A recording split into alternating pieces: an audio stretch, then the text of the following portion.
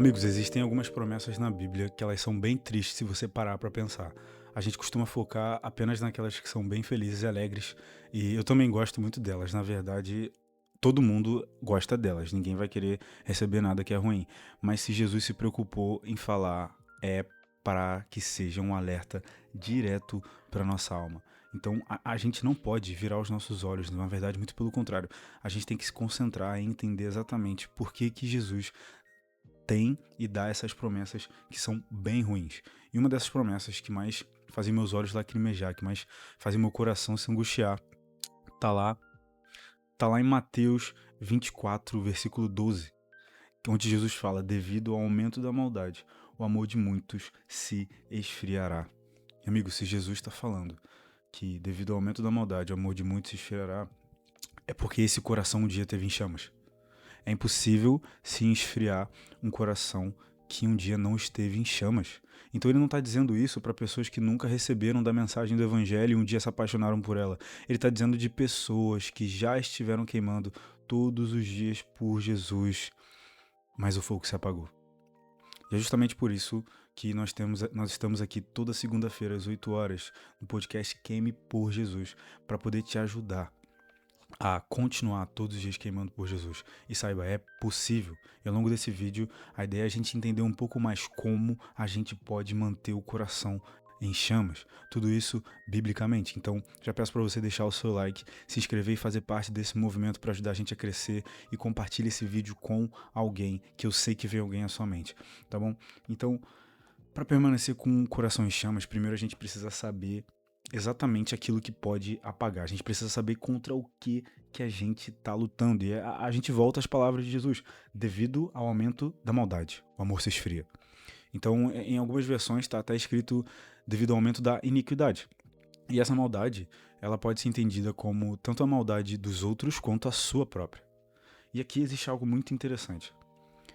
Se nós contemplarmos mais as circunstâncias ao nosso redor do que a beleza de Jesus, é possível que o nosso coração se apague.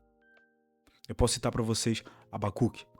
Em Abacuque, no primeiro capítulo desse livro, ele vai dizer ao Senhor assim: Senhor, até quando? Até quando eu verei corrupção e violência? Ou seja, ele está num cenário de corrupção, violência, abandono completo da lei de Deus. E ele está se direcionando a Deus. E ele fala assim: até quando contemplarei a maldade? É esse que é o problema. O problema de Abacuque não era com os homens em si, mas era com o próprio Deus. Porque ele não estava mais contemplando Deus, ele estava contemplando a maldade. E uma vez que ele contempla mais a maldade do que ele contempla Deus, ele passa a duvidar do caráter bondoso de Deus. E aí que mora o nosso maior problema. Vivemos no Brasil, jeitinho brasileiro para todo lado, corrupção para todo lado, violência para todo lado. Como manter um coração em chamas? O primeiro passo: você tem que manter mais os olhos na beleza de Deus do que na maldade dos homens.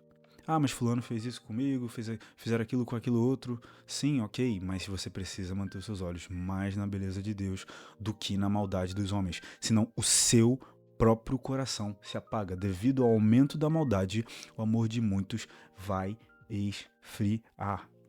A maldade pode sufocar um coração em chamas, mas Deus ainda procura aquelas pessoas que, apesar de verem maldade por todo lado, violência por todo lado, vão continuar com seus olhos em Jesus, sabendo que, ao olhar para Jesus, haverá esperança de um novo céu e uma nova terra. O Deus ainda procura aqueles que vão permanecer queimando até o final, mesmo com o aumento da iniquidade, mesmo em meio às dores. Ele ainda procura aqueles que vão elevar a sua própria alma e os seus olhos para Jesus. É esse tipo de gente que ele está caçando. E tem um jeito de fazer isso. E o primeiro passo é que a gente remova as distrações, porque as distrações também sufocam. Nós precisamos remover os estímulos exteriores que têm nos impedido de observar, enxergar e contemplar o autor da nossa salvação, Jesus Cristo. Então, eu trouxe aqui 3 exemplos que vão mostrar pra gente o que pode sufocar o nosso coração, abafar o nosso coração a ponto da gente se apagar. Eu começo dizendo, em Cantares 2,15, fala sobre raposinhas. Raposinhas que vinham e acabavam com as plantações e com as vinhas. Então, essas raposinhas, elas vinham e roubavam, e elas são espertinhas. Então as raposinhas, elas a princípio podem até não parecer uma grande ofensa, podem não parecer um grande perigo, mas elas vão se provando muito eficientes em destruir aquilo que o Senhor plantou no seu coração. E isso, essas raposinhas, elas são distrações que não necessariamente é o pecado. Muitas vezes pode ser o entretenimento. Muitas vezes pode ser a sua devoção ao futebol. Né? Passou agora a época de Copa. Pode ser a sua devoção ao futebol, que é maior a devoção a Deus, sendo que o futebol em si não é pecado. Mas a nossa pecaminosidade própria, a nossa iniquidade própria, pode transformar coisas desfrutáveis e boas em pecado por causa da nossa tendência a criar ídolos. Como disse John Calvino, nosso coração é uma fábrica de ídolos. Então as raposinhas não necessariamente querem dizer que você está em pecado. Não se engane. Pode ser simplesmente a distração. Até se você estuda teologia com o coração errado, pode se tornar uma raposinha que vai te distrair de conhecer o verdadeiro Deus. Sabe por quê? Olha só. É aqui o segundo exemplo. Em Mateus 13, Jesus conta a parábola do semeador. O semeador, ele passa e planta a sua semente em diversos terrenos. E havia no começo um terreno pedregoso, ok? E o último terreno termina em um terreno fértil, onde a semente cresce e tal. No primeiro terreno, a semente nem cresce. É muito óbvio. Mas eu não tô falando pra você que tem um terreno pedregoso, porque se você tá nesse vídeo, você tem um terreno fértil, você tá à disposição e quebrantado pra melhorar, ainda mais se você tá até agora nesse vídeo. Então o problema não é esse. O cuidado que você tem que tomar é, porque havia uma outra terra fértil. Não tinha só uma terra fértil, não era só a última. Antes disso tinha uma terra fértil, que a semente encontrou lugar no solo, criou raízes, cresceu. Mas o que aconteceu? A mensagem foi sufocada pelos espinhos. A semente era boa, a terra era boa, a semente cresceu, tinha recursos para crescer, mas foram sufocadas pelos espinhos. E o que são os espinhos? Jesus mesmo fala. Os espinhos são as riquezas e as preocupações da vida. Gente, preocupação é muito óbvio que pode sufocar, isso você já sabe, eu não preciso te falar. Óbvio que a preocupação, a ansiedade pode sufocar o seu relacionamento com Jesus. Isso você já sabe. Mas que as riquezas podem sufocar o seu relacionamento com Jesus, isso talvez seja uma novidade. Sim, coisas que a gente considera como sendo boas aos nossos olhos podem nos afastar de Deus, quando Deus não está mais no centro das nossas afeições e devoções. Se existe algo que a gente ame mais fazer, ser, estar, do que o próprio Deus, pronto, são riquezas que estão sufocando um coração que poderia estar em chamas. Então a gente tem que ter muito cuidado, porque a gente não pode ficar culpando mais outras pessoas pela nossa falta de amor e devoção a Jesus. A gente não pode mais culpar que a nossa igreja local não nos oferece o que precisamos. A gente não pode culpar que não tem ninguém para te discipular. Cara, você precisa tomar vergonha na sua cara. Porque lá em Lucas 10, você vai lembrar, Maria e Marta. Maria está aos pés de Jesus na sala. Marta está trabalhando na cozinha. Marta fica irada porque Maria não vem ajudar na cozinha. Maria não devia estar ali. Mas aí quando Marta vem brigar com Maria, o que Jesus fala é: Marta, Marta, Marta, você está preocupada com muitas coisas, mas uma só é necessária. Maria escolheu a boa parte, e essa boa parte não vai ser tirada dela. Então o que Jesus está dizendo é: ninguém pode remover a boa parte que você escolheu de fora. Marta não poderia retirar a boa parte de Maria. Jesus não ia mandar Maria embora, então Jesus não ia retirar a boa parte de Maria. Qual a única pessoa que poderia retirar a boa parte de Maria? Ela mesma. Jogar fora aquilo que ela escolheu. A única pessoa que tem poder de deixar a sua devoção, o seu coração apagar, não é o que está acontecendo na sua vida ao redor. Mas é você mesmo lança fora. Não é o que fulano fez, não é o que Beltrano fez, não é o que fizeram com você. Mas é o que você mesmo escolheu. Porque circunstâncias externas não podem remover a boa parte que você escolheu, que é a sua comunhão com Jesus. Tá bom? Então a gente precisa parar com esse costume de dar desculpas. Porque Jesus, ele não, no final, Jesus não vai aceitar as suas desculpas. Nós vamos estar diante de um tribunal que não vai ter recursos para você aplicar. O único recurso que vai ser aceito é o sangue de Cristo.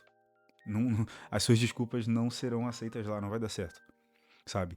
E quando a gente fala de coração em chamas, é impossível não lembrar da parábola das 10 virgens, sabe? As 10 virgens, elas eram 10 mulheres que estavam esperando pelo noivo. Só que 5 delas não compraram o óleo.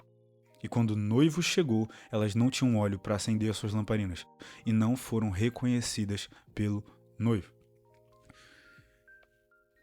Isso porque, amigos, Jesus não vai reconhecer aqueles que não se achegarem a Ele com o coração em chamas. Não pense que é opcional viver uma vida queimando por Jesus. Sabe por quê?